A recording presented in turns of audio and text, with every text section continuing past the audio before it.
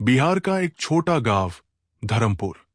धरमपुर गांव में एक सीधा सादा लड़का रहता था, वीरू। उसके सपने बड़े थे, लेकिन हालात बेहद कठिन।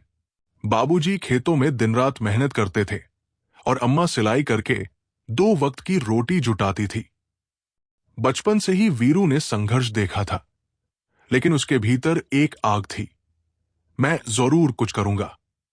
फिर एक दिन बाबूजी बीमार पड़ गए। घर की सारी जमा पूंजी इलाज में लग गई। ऊपर से उसी साल गांव में सूखा पड़ा। खेत बंजर हो गए, अनाज की बोरियां खाली हो गई। गांव के लोग बोले, वीरू, अब शहर चले जाओ, यहां कुछ नहीं बचा। पर वीरू सोच में पड़ गया, क्या हालात से भाग जाना ही रास्ता है? वीरू ने ठान लिया, मैं यही रहकर लड़ूंगा। वो मजदूरी करने लगा, दिन भर मेहनत करता, रात को थकाहारा लौटता। पैसे बाबूजी की दवाइयों में खर्च हो जाते।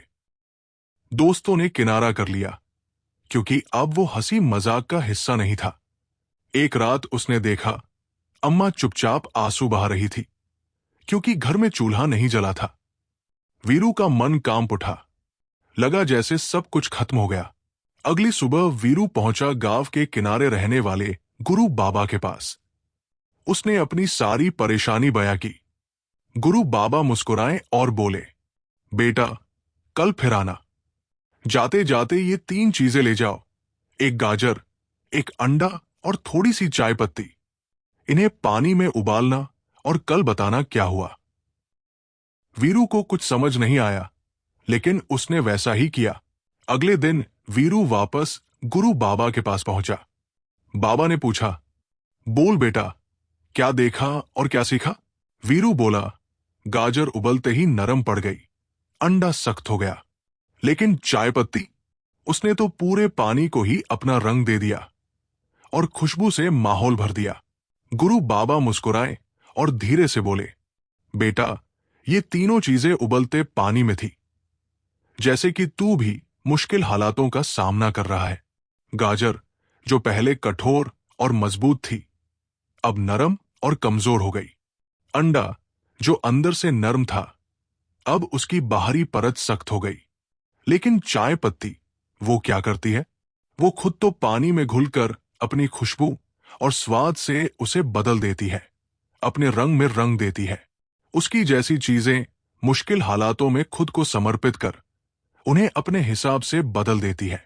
याद रख बेटा, मुश्किलें हमें तो बदलती है, पर हमारे भीतर की ताकत और सोच उसे हमारी दिशा में बदलने की क्षमता रखती है।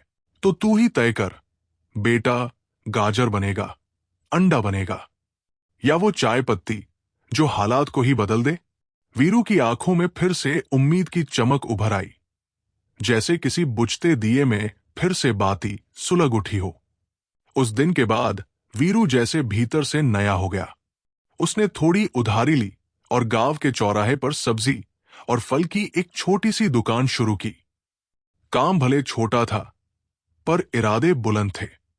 धीरे धीरे ग्राहक बढ़ने लगे, भरोसा बनने लगा, और वीरू की दुकान चल पड़ी, जैसे उम्मीद की कोई खोई किरण फिर लौट आई हो।